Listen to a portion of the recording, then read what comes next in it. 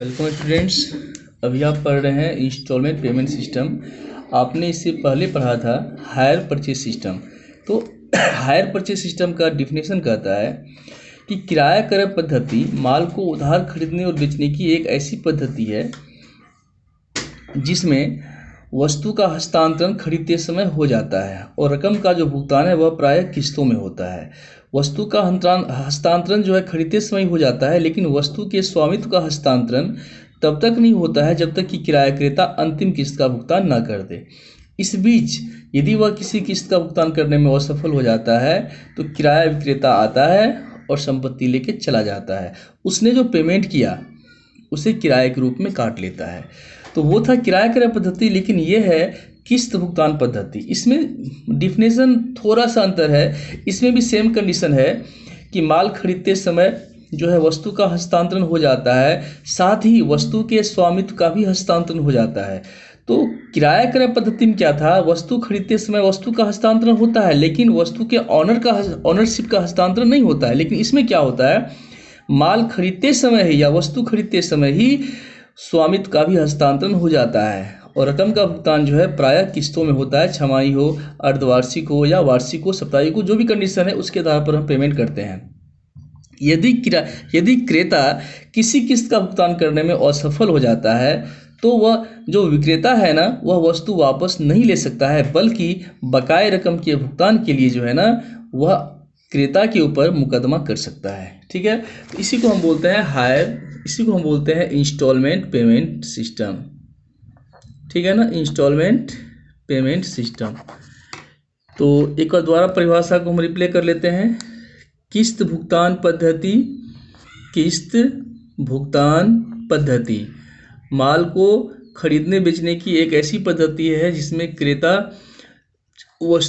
वस्तु खरीदते समय वस्तु का हस्तांतरण, साथ ही वस्तु के स्वामित्व का भी हस्तांतरण हो जाता है और बकाया रकम का भुगतान जो है वह प्रायः किस्तों में करता है। यदि वह किसी किस्त का भुगतान करने में असफल हो जाता है तो विक्रेता जो है बकाया रकम के लिए क्रेता के ऊपर मुकदमा कर सकता है। इसे ही हम क्या बोलते हैं, किस्त भुगतान पद्धति बोलते हैं। तो इसमें भी होता है, एक होता है परचेजर, एक होता है वेंडर, इसको बोलते हैं खरीदने वाला या क्रेता। दूसरा होता है वेंडर, इसको बोलते हैं विक्रेता। तो सबसे पहले जो है ना आपको पढ़ना है journal entries in the books of purchaser, फिर आपको पढ़ना है journal entries in the books of vendor. तो आइए हम एंट्री जो है आपके सामने में प्रस्तुत करते हैं, फिर इसके बाद हम सवाल पे आएंगे।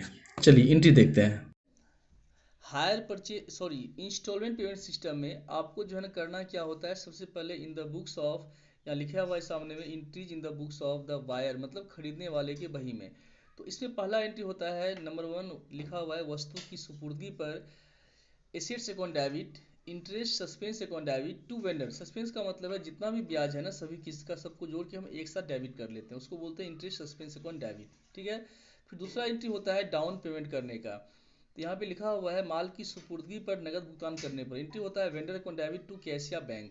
फिर तीसरा होता है किस्त के देय होने पर ब्याज के लिए, मतलब इंटरेस्ट ड्यू करना होता है, तो interest account debit to interest suspense. फिर चौथा होता है किस्त के भुगतान करने पर vendor account debit to bank. फिर पांचवा होता है डेप्रिसिएशन का एंट्री, लिखा हुआ है depreciation account debit to assets. और फिर लास्ट में क्या करते हैं, जो भी नॉमिनल अकाउंट होता है या लाभ या हानि होती है ना उसको हम प्रॉफिट एंड लॉस अकाउंट में ट्रांसफर करते हैं। इंटरेस्ट और डेप्रिसिएशन को पीएल में ट्रांसफर करने पर एंट्री होता है profit and loss account debit to interest to depreciation. इसी तरह से जो है अगले साल आपको 3 4 5 6 एंट्री की जाएगी। ठीक है, अब आइए in the books of vendor. Vendor जो है बिक्री के समय पहला एंट्री करता है purchaser account debit to sales to interest suspense account. ठीक है, और दूसरा एंट्री होता है डाउन पेमेंट, मतलब बिक्री के समय जो रकम प्राप्त होता है उसको बोलते हैं डाउन पेमेंट या साइन एग्रीमेंट। तो उसका एंट्री होता है कैश या bank account debit to purchaser. फिर तीसरा होता है कि ब्याज दे होने पर interest suspense account debit to interest. फिर आपको किस्त मिलेगा तो बैंक या cash account debit to purchaser. फिर ब्याज को क्या करते हैं प्रॉफिट एंड लॉस अकाउंट में ट्रांसफर कर देते हैं, उसका एंट्री होता है interest account debit to profit and loss account.